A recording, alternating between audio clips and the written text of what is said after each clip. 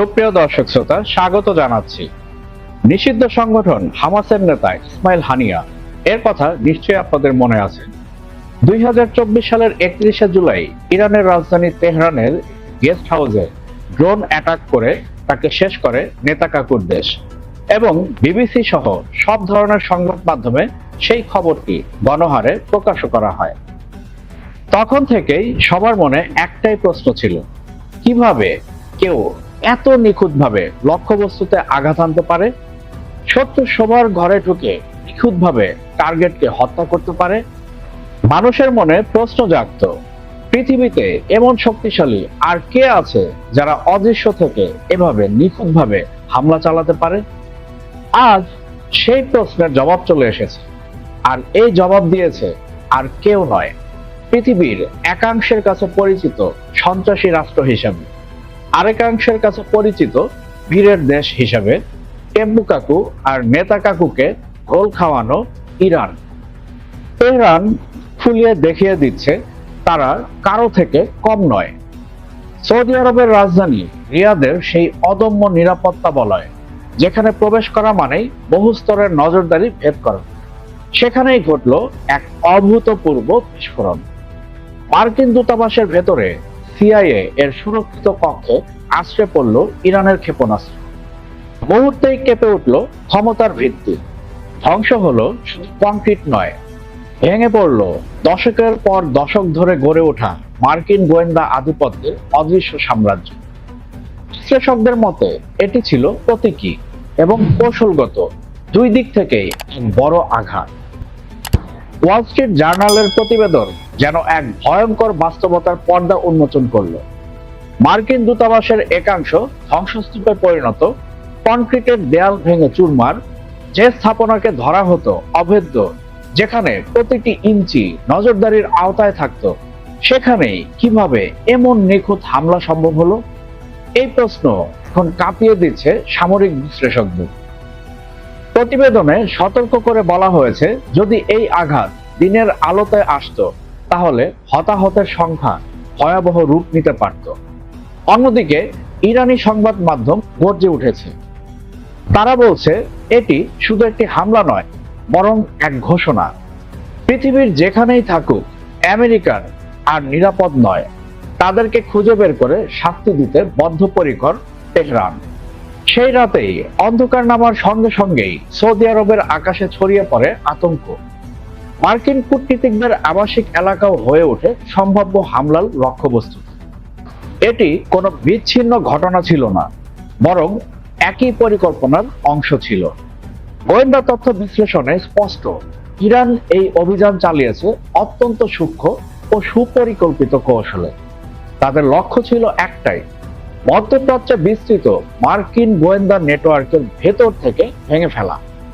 সিআইএর এই অফিস, যেখান থেকে পরিচালিত হতো নজরদারি, হামলা এবং গোপন সামরিক অপারেশন, অর্থাৎ পুরো অঞ্চলেই ইরানের বিরুদ্ধে অভিযানের স্নায়ুকেন্দ্র, ইরান ঠিক সেখানেই আঘাত হেনেছে, একেবারে মূল শেকড়ে।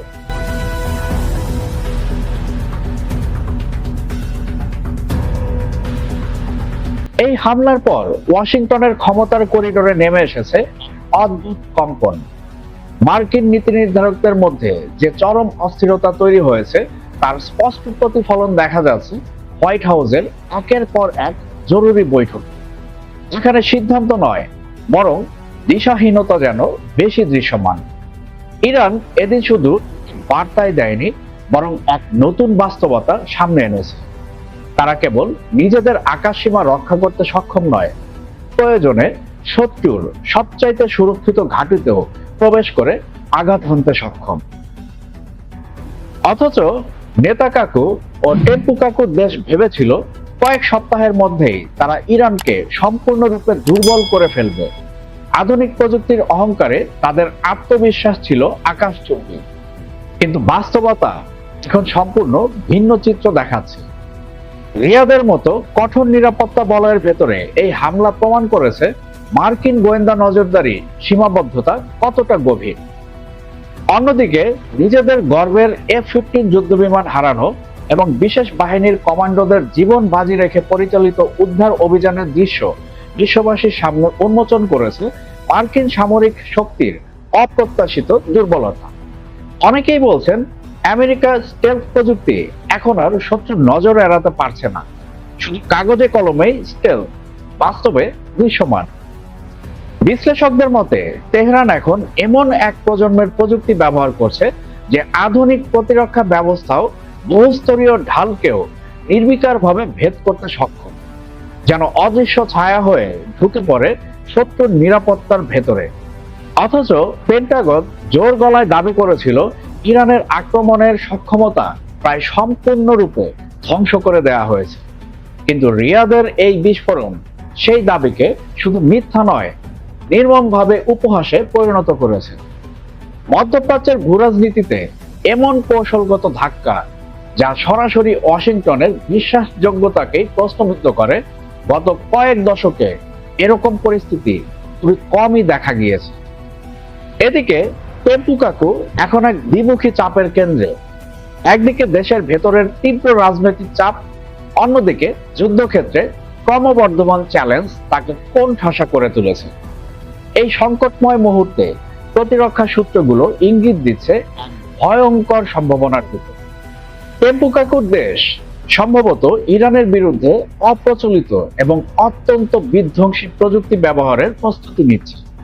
আলোচনায় উঠে এসেছে ডিরেক্টেড এনার্জি উইপন এবং মাইক্রোওয়েভ উইপনের মতো প্রযুক্তি, যা মুহূর্তের মধ্যে শত্রুর সম্পূর্ণ ইলেকট্রনিক অবকাঠামো অচল করে দিতে সক্ষম, যেন চোখের পলকে অন্ধকারে ডুবে যাবে পুরো একটি রাষ্ট্র।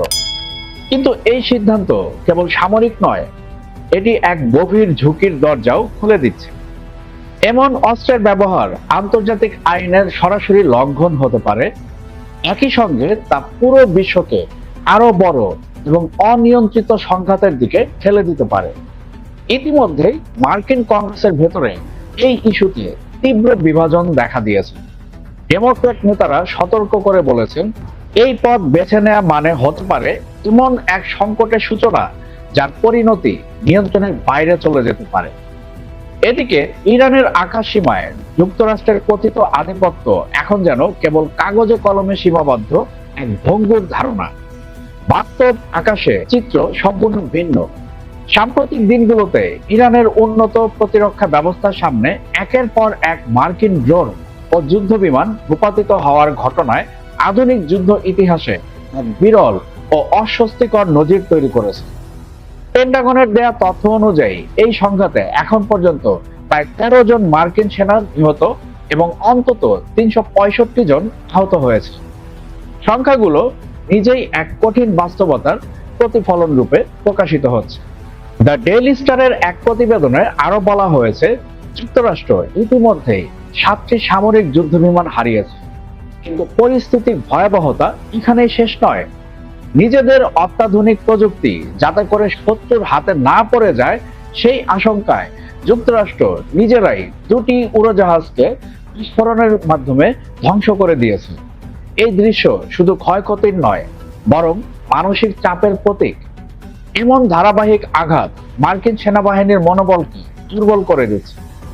একই সঙ্গে তাদের মিত্র দেশগুলোর কাছেও ওয়াশিংটনের সামরিক সক্ষমতা ও বিশ্বাসযোগ্যতা নিয়েও গভীর প্রশ্ন তুলছে।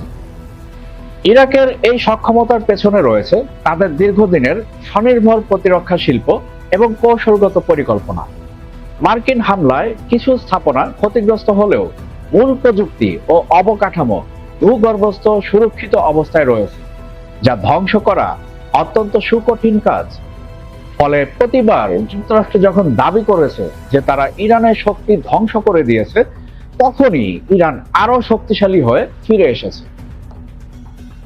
রিয়াদের হামলা, টেম্পুকাকুর 48 ঘন্টার আলটিমেটামের প্রত্যাখ্যান, সব মিলিয়ে ইরান এখন যুদ্ধের গতিপথ নিয়ন্ত্রণ করছে।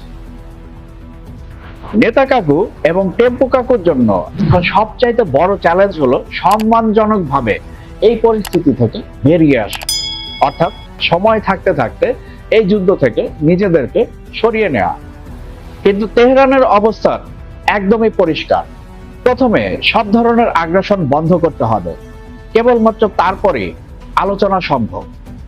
এদিকে যুদ্ধের ষষ্ঠ সপ্তাহে এসে বিশ্ব এখন এমন অনিশ্চয়তার মুখে দাঁড়িয়ে, একদিকে টেম্পো কাকুর কড়াকড়ি অবস্থান, অন্যদিকে ইরানের কঠোর প্রতিরোধ। ইসরায়েলও এখন বুঝতে পারছে ইরানকে দমন করা এতটা সহজ নয় যেটা তারা শুরুতে ভেবেছিল। ইরানের ক্ষেপণাস্ত্র যখন একের পর এক প্রতিরক্ষা ব্যবস্থা ভেদ করছে, তখন সামরিক বিশেষজ্ঞরাও উদ্বিগ্ন। তাদের মতে মধ্যপ্রাচ্যের শক্তির ভারসাম্য এখন নাটকীয়ভাবে পরিবর্তিত হচ্ছে। ইরান এখন শুধু একটি আঞ্চলিক শক্তি নয়, বরং বৈশ্বিক শক্তিগুলোর জন্য এক বড় চ্যালেঞ্জ হয়ে উঠেছে। শেষ পর্যন্ত এই যুদ্ধ কোথায় গিয়ে দাঁড়াবে তা কেবল সময়ই বলে দিবে। তবে একটি বিষয় নিশ্চিত, ইরান আর কোণঠাসা নয়, বরং পাল্টা আঘাত হানতে সক্ষম এক শক্তিশালী বুদ্ধিদীপ্ত খেলোয়াড়। বন্ধুরা, আপনারা কি মনে করছেন? আপনাদের মূল্যবান মতামত অবশ্যই কমেন্টের মাধ্যমে আমাদেরকে জানাবেন। আর আমাদের ভিডিও ভালো লাগলে লাইক ও শেয়ার করবেন। আর আমাদের চ্যানেলটি অবশ্যই সাবস্ক্রাইব করে all bell icon notification on করে আমাদের সাথেই থাকবেন। দেখা হবে পরবর্তী ভিডিওতে। ততক্ষণ পর্যন্ত সবাই ভালো থাকবেন, সুস্থ থাকবেন।